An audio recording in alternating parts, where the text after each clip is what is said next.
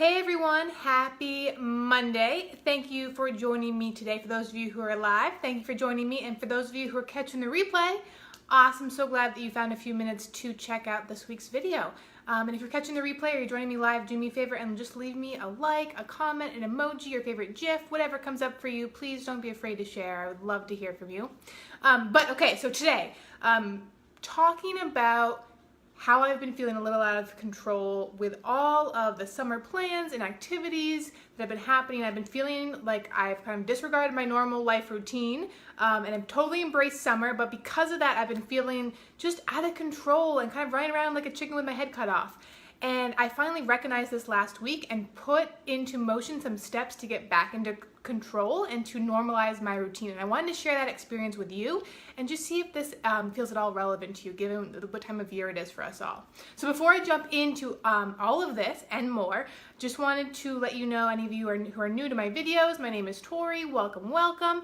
I'm a personal time and energy strategist, which means that I help people maximize their time. I help them simplify their life. I help them incorporate more work-life balance and self-care routines into their lives. And it's really rewarding and hugely beneficial work. And so these weekly videos are a great way for me to share ideas, content, tips, strategies, tools with you all so that you can start to make some positive changes in your own life. So that being said, like I said, summer's crazy, right? We've got barbecues, we have weddings, we have long weekends, we have vacations, we have things at night, and we're just getting pulled in all of these directions. Now, it's really fun. These are all fun activities. But what I found is that as I said yes to these barbecues and these dinner parties and these long weekends away, I was kind of losing control of my me time. I didn't have time to recharge my batteries. I was feeling like I was constantly running around doing errands, prepping for the next event, and never had enough time to really focus on me a little bit. And I also was running around so much that I was wasting my time. And so this was building and building, and I just kept feeling like I was losing more and more control. And I don't like that feeling. It doesn't feel good to me. And I'm someone who really enjoys having a little bit of normalcy and routine and structure in their life. And so I worked last week to get that back. And here's the thing you have to keep in mind though, right? Summer comes once a year, and it's, my opinion, the best time of year. So really giving yourself some flexibility and really practicing some self-compassion. But for me, you have to really figure out what are the signs that you're starting to go out of control, that you're kind of starting to feel like that spinning top. For me, the signs were I was no longer working out or moving my body the way that I do, which really allows me to kind of de-stress, let some energy out. So when I cut out my workouts, that's kind of the first step that I'm spinning out of control. I noticed that I wasn't doing my meal prep, that I wasn't eating healthier meals from my house, my apartment, and that I was grabbing things to go, doing more takeout, joining people for dinner or lunch, and that also starts to kind of wear in your body a little bit and your wallet.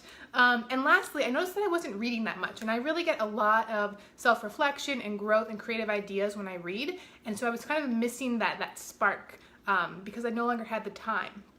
So really what I encourage you to do is kind of figure out when you're starting to feel a little out of control, things aren't normal, things are too busy, figure out what makes you feel like you're in control. What makes you feel like it's a normal week? Is it cooking once a week? Is it doing some meal prep time? Is it going to the gym or taking a walk? Is it calling that friend you talk to every Tuesday or going to that class you go to every Wednesday night that you kind of push aside when things get too busy? So really figuring out what is normal for you, what feels like a great routine for you, and then figuring out how to re-implement that into the summer crazy busy schedule.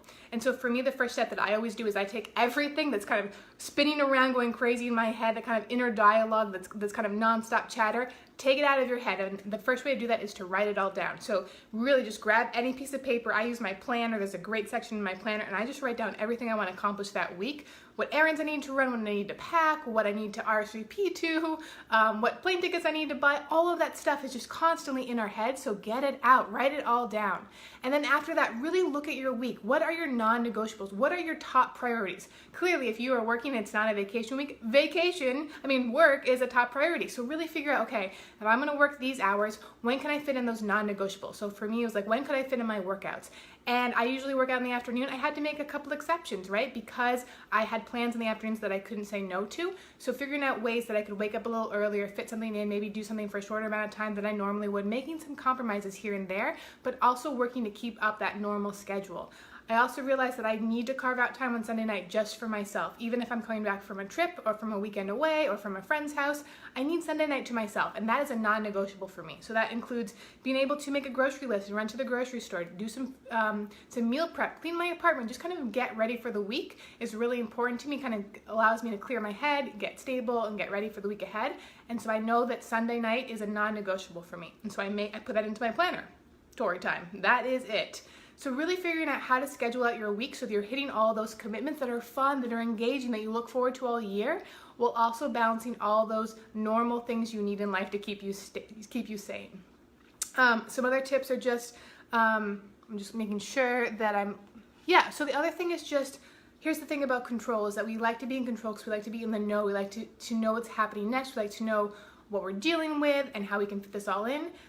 But you also have to kind of take a seat back, take a breath, and relax a little bit. And this is something that I had to come to terms with too. It's just that there's some weeks where I'm not going to hit all those goals of how many times I'm going to work out, how many pages or books I'm going to read, and how many meals I'm going to cook that are healthy. Maybe I have to do some more microwavable meals, or maybe I eat more peanut butter and jelly, and that's okay. Maybe I do a 20-minute workout versus a 45-minute workout. And maybe I don't work out at all, and it's not the end of the world. So it really is allowing yourself some flexibility, some self-compassion, to release some of that control and just really embrace the fact that it's summer and there's so much going on. But these tips and tricks, being able to kind of figure out what is the normal for you, what makes you feel normal, and how do you recognize when you're out of control and spinning towards burnout, exhaustion, or you're just completely overwhelmed, then taking all of that chatter, those thoughts, that nonstop brain to-do list, putting it on paper, figuring out what are your non-negotiables week to week, and really scheduling that in. When you schedule that in, it also means that you're creating boundaries for yourself. You're giving yourself permission to say no to certain engagements or invitations that might come your way because you know that you need some me time. You know you need some time to hit the gym. You know you need some time to go to your favorite class or to see your favorite friend that you see once every week or whatever it is. So really also being able to create these boundaries and being able to say no, knowing that you saying no is really helping yourself, and that's okay. Being able to help yourself means that you're going to show up more productively and efficiently and grounded in work, when you are going out with your friends, with your relationships and your partnerships, and just in life in general. So being able to have those boundaries, and then being able to put it to paper, whether it's an electronic calendar, a paper planner, and then sticking to it, and keeping in mind it's okay to be a little bit flexible here and there, and really to practice that self-compassion. So this video is a little bit more tactical and emotional, a little bit of both worlds, because that's really what showing up, work-life balance, self-care is all about. It's about the emotional side of why does this matter to me? What is this going to provide for me? How am I going to benefit from taking these steps? And then there's the tactical side of it. How am I going to schedule this out? What is my to-do list? What is my week going to look like? So it's the combination of both those worlds coming together.